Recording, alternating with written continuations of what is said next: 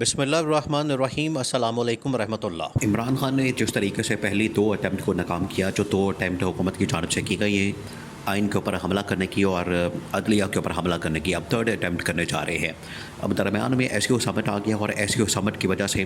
وقتی طور پر ایک گیپ آ گیا ہے، ورنہ عمران خان تو بالکل تیار تھا کہ اب نے ایس او سمٹ بھی نہیں دیکھنی اور حکومت بھی بالکل اس میں واردات ڈالنے کے لیے تیار بیٹھی تھی کہ ہم نے ایس او سمٹ کو نہیں دیکھنا اور ہم نے کسی طریقے سے یہ جو آئین کے اوپر حملہ ہے، آئینی واردات ہے، سازش ہے، آئین کے اوپر حملہ، عدلیہ کے اوپر حملہ، یہ ہم نے کر کے چھوڑنا ہے۔ اور ہر صورت میں ہم نے ان کا جو ایکسٹینشن والا معاملہ ہے، قاضی فائز عیسیٰ کا یا آرمی چیف کا یا چیف الیکشن کمشنر کا، یہ معاملہ ہم نے نمٹا کے ہی دم لینا ہے، ورنہ ہماری حکومت کا تو بالکل ہی خاتمہ ہو جانا ہے۔ جب دو اٹیمپٹس ناکام کی گئیں، عمران خان نے جب دو اٹیمپٹس کو ناکام کیا اور اس ناکامی کے بعد، اس بدترین شکست کے بعد شہباز شریف کو بالکل آخری پیغام پہنچا دیا گیا تھا اور ایک آخری آپشن دے دی گئی تھی۔ اب یہ جو تھرڈ اٹیمپٹ ہونے جا رہی ہے، یہ جو تیسری کوشش ان کی جانب سے کی جائے گی، یہ بالکل آخری آپشن ہے اور اسٹیبلشمنٹ نے اس حکومت کو پیغام پہنچا دیا ہے کہ اب آپ کے پاس آخری آپشن ہے، اس کے علاوہ یا اس کے بعد مزید کوئی آپ کو آپشن یا چارہ نہیں ہوگا۔ یہ بالکل آخری آپشن بتا دی گئی ہے، جس کی وجہ سے اب سیناریو، جس کی وجہ سے جو اب سچویشن ہے، وہ بہت زیادہ اس حکومت کے لیے پریشان کن بن چکی ہے، اس حکومت کے لیے بڑی تشویشناک بن چکی ہے۔ اور عمران خان جیل میں ٹانگ پہ ٹانگ رکھ کے بڑے ہی سکون کے ساتھ، بڑے ہی مزے کے ساتھ یہ پوری سچویشن کو انجوائے کر رہا ہے، کیونکہ عمران خان نے تیسری مرتبہ جو کوشش ان کی جانب سے کی جانی ہے، جو تیسری مرتبہ اٹیمپٹ ہونی ہے، اس کو ناکام کرنے کے لیے پورا پلان تیار کر لیا ہے۔ اب دو اٹیمپٹس کس طرح سے ناکام کی گئی اور تھرڈ اٹیمپٹ کو ناکام کرنے کے لیے کیا پلان کیا گیا ہے۔ دو اٹیمپٹس کے اندر جو سب سے بڑا اس ناکامی کے اندر جو کردار ادا کیا، اس کا کریڈٹ پی ٹی آئی والے بھی مولانا کے کھاتے میں ڈالتے ہیں۔ یہ بڑی اچھی بات ہے، کیونکہ اس میں زیادہ تر جو کردار بنتا ہے وہ تو پی ٹی آئی کا بنتا ہے، اس میں عمران خان کے ایم این ایس کا بنتا ہے، کیونکہ انہوں نے بکنے سے انکار کر دیا، انہوں نے اپنا ضمیر بیچنے سے انکار کر دیا، انہوں نے اپنے آپ کو لوٹا بننے سے انکار کر دیا، انہوں نے ہارس ٹریڈنگ سے انکار کر دیا۔ یہ تو وہ نقطہ ہے، وہ پوائنٹ ہے جس کی بنیاد کے اوپر اس ترمیم کو، جو انہوں نے واردات ڈالنی تھی پچھلے مہینے، جب پچھلے مہینے تقریباً 13-14 ستمبر کے درمیان یہ پلان مکمل ہو چکا تھا، یہ سب کچھ فائنل ہو گیا تھا اور پلان بالکل تیار تھا، اور اس کے مطابق انہوں نے جو ایم این ایس تھے پی ٹی آئی کے، وہ توڑ کے تو اس حکومت کے اندر شامل کرنے تھے، ان سے ووٹ ڈلوانا تھا، ان سے ان لوگوں نے ووٹ ڈلوا کے تو آئینی ترمیم پاس کروا لینی تھی، اس کو مکمل طور پر ناکام کر دیا گیا۔ وہ پلان جو اس وقت کیا گیا تھا کہ بندے پکڑ کے ان کو اغوا کر کے، ان کو کڈنیپ کر کے پارلیمنٹ کے اندر لایا گیا، پارلیمنٹ کے اندر ان کو بٹھایا گیا اور راتوں رات یہ ترمیم کی واردات ڈالنے کی کوشش کی گئی، لیکن پی ٹی آئی کے لوگوں نے بکنے سے انکار کر دیا۔ آپ اندازہ کریں اس بات سے کہ پاکستان کی سیاست کے اندر جب اس طرح کی سیاست ہوگی، ہارس ٹریڈنگ ہوگی اور 100 کروڑ روپے کی قیمت لگائی جا رہی ہے ایک ووٹ کی، ایک ووٹ کی اس وقت قیمت پہنچ چکی ہے 100 کروڑ روپے کے اوپر، کہ آپ کو 100 کروڑ روپے ٹھک کر کے کیش ملیں گے، ٹھک کر کے آپ کے اکاؤنٹ کے اندر ٹرانسفر کر دیے جائیں گے۔ اور یہ جو چھانگا مانگا کی سیاست ہے، یہ جو اس طرح کی ہارس ٹریڈنگ کی سیاست ہے، یہ کہاں سے شروع ہوئی؟ وہی بتائیں کہاں سے شروع ہوئی؟ یہ شروع ہوتی ہے آئی جے آئی سے، یہ شروع ہوتی ہے 1988 اور اس کے بعد 1990 کے اندر،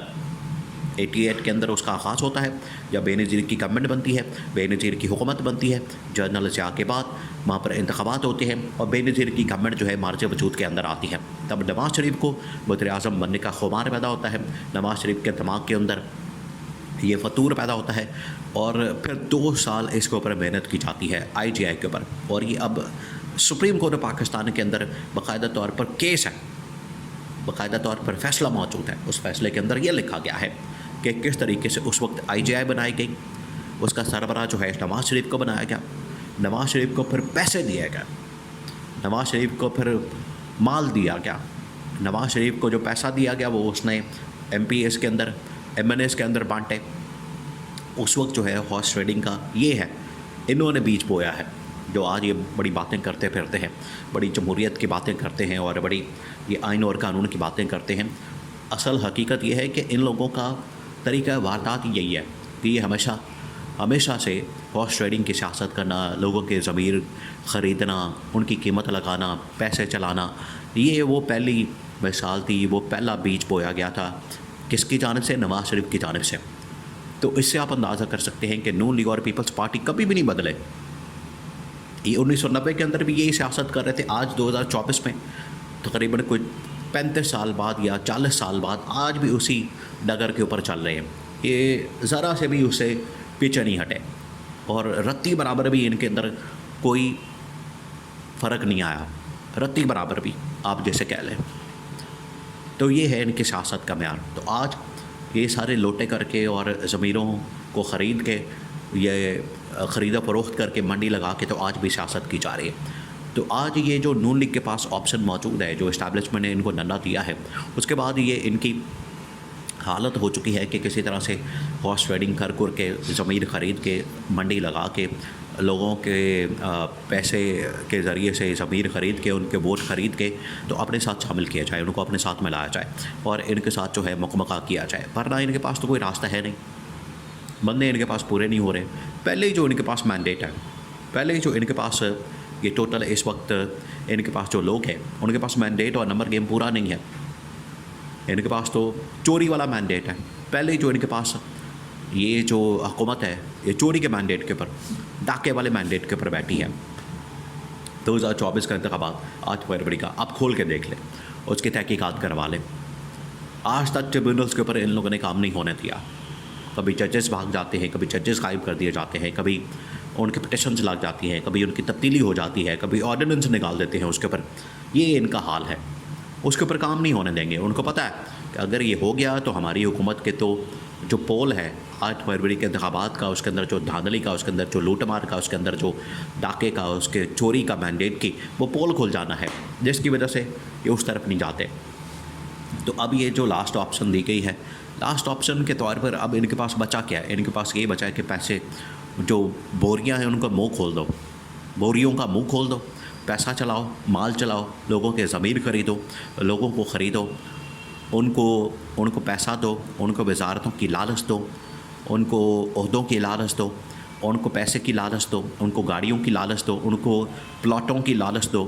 پلاٹ دینے کی لالچ دو، ٹھیکوں کی لالچ دو۔ اس طریقے سے یہ ضمیر خرید رہے ہیں۔ تو یہ لاسٹ آپشن ہے۔ یہ لاسٹ آپشن بھی عمران خان نے ان کی ناکام گردنی ہے۔ یہ کر کے تو دیکھیں تو ان کو پتہ لگ جائے گا۔ یہ ذرا کریں گے تو پھر ان کو ہوش آئے گا، پھر ان کے ہوش ٹھکانے آئیں گے، اور ان کے جتنے منصوبے ہیں، سازشیں ہیں، ان کے پلانس ہیں، جو ان کی وارداتیں ہیں، ان کی سازشیں ہیں، وہ عمران خان بالکل تیار بیٹھا ہے ان کو ناکام کرنے کے لیے۔